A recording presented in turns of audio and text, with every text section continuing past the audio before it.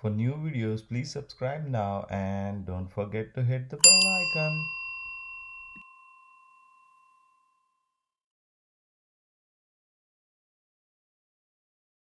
Hello and welcome to my channel. In this video today let me show you the edit feature on WhatsApp work.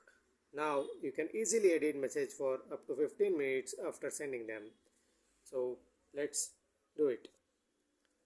Open WhatsApp, then type